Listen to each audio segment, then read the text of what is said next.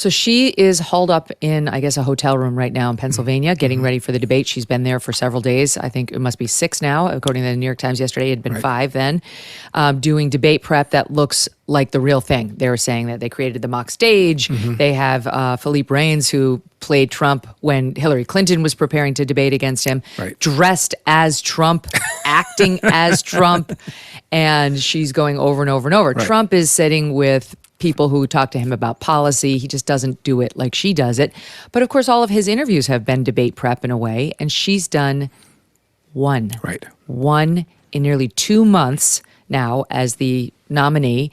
And so what are you going to be looking for at tomorrow night's debate? Well, the first thing is I would tell President Trump, if I were asked, and I wasn't, don't underestimate her. She has been, as I said, DA for 8 years in the Bay Area. She won. She beat somebody that was the favorite to win AG race in California. She got reelected. And of course, she ran for senator. Every time she's been on the ballot, she's never lost. She did run for president, but she bailed out before the first contest, so I don't really count that. Every time she's been on the ballot, she has won. So don't underestimate her. She's also a lawyer. She's also been a trial lawyer. You're a lawyer. I'm a lawyer. And lawyers are trained to debate. That said, her job is to somehow divorce herself from the fact that majority of Americans believe we're on the wrong track, and they're on the wrong track economically because of the spending, because of the ridiculous amount of money that Joe Biden spent. And often she was a tiebreaker in the bills that were the big spending bills. She has said that she's the last person in the room whenever Joe Biden makes a major decision. That would include Afghanistan, so she owns that. She owns everything. So her job tonight is to somehow divorce herself from the bad things and say, I'm a fresh new candidate, even though, frankly, I'm the incumbent. That's her job. And Megyn, it doesn't matter what she does. She could babble like my cousin Vinny. It doesn't matter. The media will say, refreshing. She prepared. She was unafraid. She was calm. She was poised. She wasn't going to be bullied. It doesn't matter what she does. She could fall down. She could just start babbling like a baboon. It does not matter. The media is going to praise her. And no matter what Donald Trump does, how controlled he is, how he stays focused on the issues, how he concentrates on saying, are you better off now than you were 3.5 years ago? We have a side-by-side comparison. How often do we have that? Where you have the last 4 years of an incumbent, previous 4 years of the former president. How is inflation? How are gas prices? How is the cost of living? The average family of 4 right now is paying around $1,200 a month more for the same goods and services as 3.5 years ago. We have a direct relationship to compare apples to apples, and if Donald Trump can stay focused on that, he wins. The media won't credit him, but the individuals who are watching, swing voters and moderate Democrats who are watching, not influenced by ABC, NBC, CBS, CNN, MSNBC, will see for themselves the difference. And what's his challenge? A challenge is to stay focused. Don't get sidetracked on nonsense. He's going to be asked about what he said about her race, as if that matters. When you walk into the store and you're paying more for a pound of ground beef, for bread, for milk, you're paying more for rent. Does it matter what Donald Trump calls her racially? It's ridiculous, but it'll be brought up. I mean, it's possible she'll skip it because she already had her bite at that apple. But if she does it, if she skips it, Kamala Harris will bring it up. It's going to be brought up. And what's interesting about that, Megyn, is if you look at studies going back over decades, Black people have higher self-esteem than white people. Black women have higher self-esteem than white women. So if the idea is Donald Trump somehow is demeaning her race, that's only relevant if somehow Black people are suffering some sort of inferiority complex when in fact they aren't. So what difference does it make what he calls her? Does it matter to her what he calls her? She dismissed the question when she was asked that by Dana Bash. She said, let's move on. Trump should say, let's move on. Yeah, exactly. It doesn't matter what I've called you. So, and think about what you called me. A fascist, a Nazi, a villain, a Hitler, Darth Vader. What did they call him for the last 3.5 years? A sexual predator? Yes. Right. Yes. Yeah, Hitler. I'm watching Wolf Blitzer on CNN. Wolf Blitzer is one of the more normal ones on CNN. Supposedly. There were 2 women he was interviewing, both of whom called Donald Trump, quote, a convicted rapist, close quote.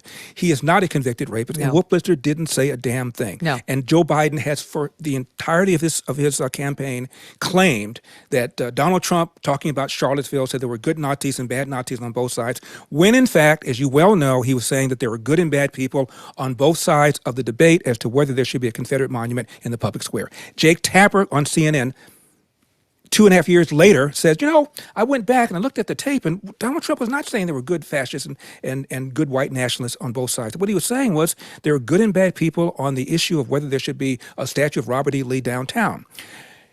Biden goes on CNN after this and says it again. Yeah. And nobody said a word. Yeah. Nobody said, wait, my colleague Jake Tapper just said blah, blah, blah. Nobody said a word. He still says it and says that's the basis for his campaign. It was in his first campaign ad, and it's in one of the campaign ads that Kamala Harris is doing too. It's a lie. The whole premise behind Joe Biden's candidacy is a lie, and the media let him get away with it. She might do that again tomorrow night. She's lying right now about J.D. Vance, repeating that AP lie that he diminished school shootings is just a fact of life, and we're going to have to learn to live with them. That's not all what he said. And he said, I hope this doesn't become a fact of life. He said, I regret this. I regret that we're having to deal with this. That part was left off. But exactly, to the point where the Associated Press then had to change its headline, but it didn't stop her. She's so dishonest from running with the original version as if she's on some other planet where she's not able to receive updates on the news. She knows exactly what actually happened. She just wants to mislead for political purposes, and it's a big misleading. And the point is, it's out issue. there, and the retraction never gets the same kind of pub as the initial statement does. So the damage is done.